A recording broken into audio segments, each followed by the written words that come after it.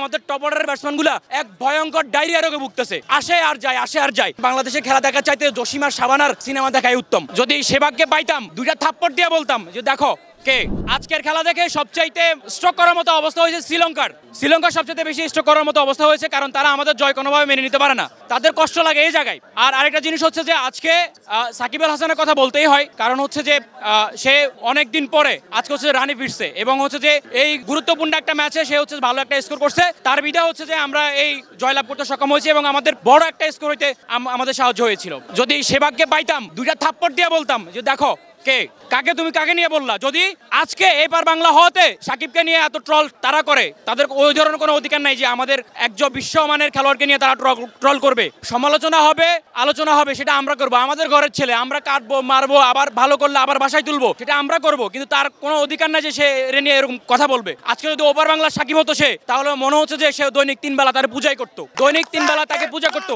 দেখেন সাকিব খারাপ করছে আমরা সমালোচনা করলাম, যখন তামিম খারাপ করলো তখন তামিমকে আমরা ডট বাবা বললাম। ভালো করলে আমরা অ্যাপ্রিশিয়েট করবো, উৎসাহ দিব, এবং খারাপ করলে আমরা সেটা নিয়ে সমালোচনা করবো।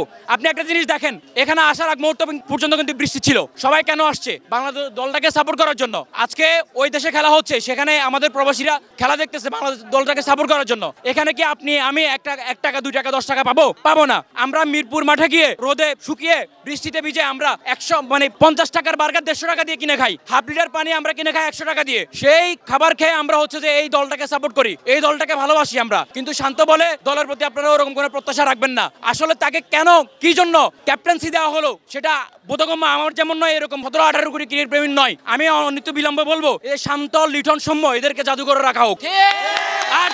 আর যদি না পারেন আপনি চিড়িয়াখানায় নিয়ে সিংহের সাথে ছেড়ে দেন, বাঘের সিংহে লড়াই চলবে।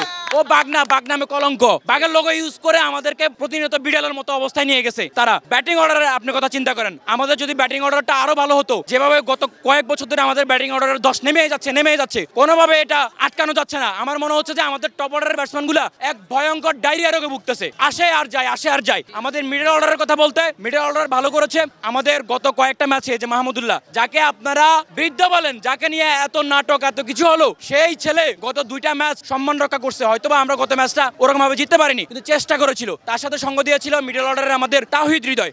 বোলিং অ্যাটাক বলতে আপনি একটা জিনিস দেখেন যে আমাদের যেরকম ব্যাটিং অর্ডারের যেরকম 10 নেমেছে, আমাদের বোলিং এর যে গত 2 ম্যাচের বোলিং এবং আজকের বোলিং নিয়ে আপনি কোনোভাবে বিতর্কিত করতে পারবেন না, কোনোভাবে আপনি তাদেরকে সমালোচনার কাঠগড়ায় দাঁড় করাতে পারবেন না। তারা সব সময় ভালো করে আসছে। এই যে বিশ্বকাপ ম্যাচের শুরু থেকেই আমাদের মনে হচ্ছে যে আমাদের একটা বোলিং লাইন আপ সত্য একটা কাঠামো আছে, কিন্তু আমাদের বরাবরই আমরা তাকাই ব্যাটিং অর্ডারের কথা, সেখানে তাকাইলে আমরা বরাবরই হতাশ। আমার কাছে না, প্রত্যেকটা মানুষের কাছে মনে হয় যে বাংলাদেশে খেলা দেখার চাইতে জসিম আর শাবানার সিনেমা দেখাই উত্তম। কারণ ওখানে আপনি জসিম আর শাবানার সিনেমা দেখলে রোমান্টিক একটা গল্প পাবেন। সবশেষে নায়ক মারা যাবে না, নায়ককে যখন মারতে যাবে পুলিশ আসবে, কিন্তু এরা যে আমাদেরকে মারে, আমাদেরকে বাঁচানোর জন্য কে আসে? কেউই আসে না।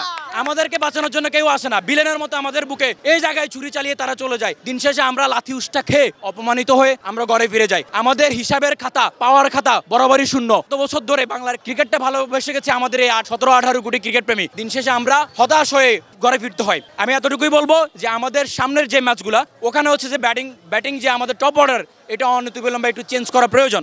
আর এভাবে একটা লোককে বারবার সুযোগ দিয়ে যাবেন, এটা তো হয় না। সবাই তো বলতে চায় তুমি খাবে, তা হবে না, ঠিক আছে? এরকম করা যাবে না। একজনকে বারবার খেতে দেওয়া যাবে না। অন্যজন আছে, আমাদের অপশন প্লেয়ার আছে, তাদেরকে একটু সুযোগ দেন, তাদেরকে ভালো কিছু করার করে দেন। আপনি যে পরিমাণ সুযোগ দিচ্ছেন এই যে শান্ত সৌম্য লিটনের মতো লর্ডদেরকে, আদুভাই, বাংলার আদুভাই, আগেও বলেছিলাম যে এই বাংলার আদুভাই আমরা গল্প পড়েছিলাম, কিন্তু তখন দেখার সৌভাগ্য না হলো, এখন দেখার দুর্ভাগ্য হয়েছে।